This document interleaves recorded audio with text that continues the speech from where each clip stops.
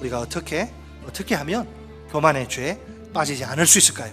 그 효과적인 대처법은 하나, 교만 예방 백신을 접종하는 것입니다. 독감은 맞아도 되고 안 맞아도 되지만 교만 예방 백신은 우리가 반드시 접종을 해야 돼요. 그 백신의 이름은 하나님의 은혜입니다.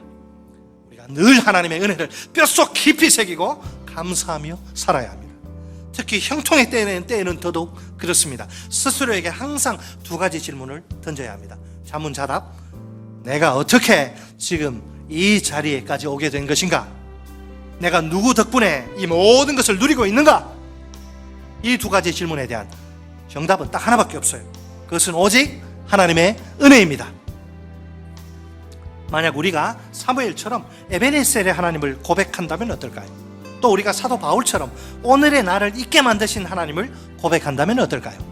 누가 뭐라 해도 우리는 진정으로 하나님의 은혜를 깨달은 자들이 분명합니다. 여러분 그렇게 고백하실 수 있어요? 그러면 여러분 속에 하나님의 은혜가 있는 거예요?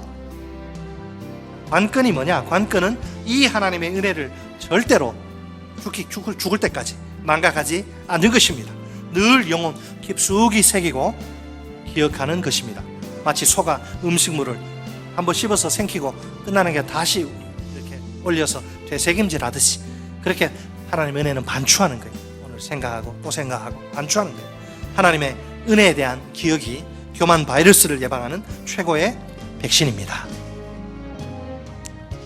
교만은 우리가 절대로 범해서는 안 되는 죄인데, 교만은 우리 영혼의 치명적인 독입니다. 우리에게 형통의 날이 찾아올 때 각별히 조심해야 합니다. 교만이 그 날카로운 발톱을 감춘 채 달콤한 속삭임으로 다가오기 때문입니다. 그 은밀하고도 지속적인 속삭임에 넘어가지 말아야 합니다.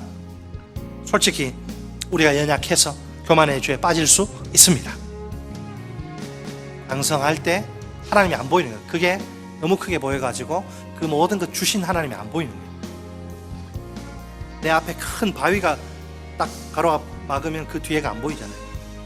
하나님이 내게 주신 것들, 그게 취하다 보면 그것을 주신 하나님이 가려서 안 보이는 거예요. 우리가 그러다 보면 교만의 죄에 빠질 수 있는데, 그럴지라도 하나님이 우리를 사랑의 손길로 징계하시니 우리에게 소망이 있습니다. 하나님의 사랑이 징계로 우리에게 임할 때 진정한 회개로 반응해야 합니다. 우리가 사는 길은 딱 하나, 하나님께로 돌아가는 것입니다. 그렇게 하면 하나님이 우리를 악을 묻지 않으시고 우리를 용서해 주십니다. 다시 하나님의 자녀로, 그리스도인으로 새 출발할 기회를 허락하십니다. 교만 예방 백신은 하나님의 은혜입니다.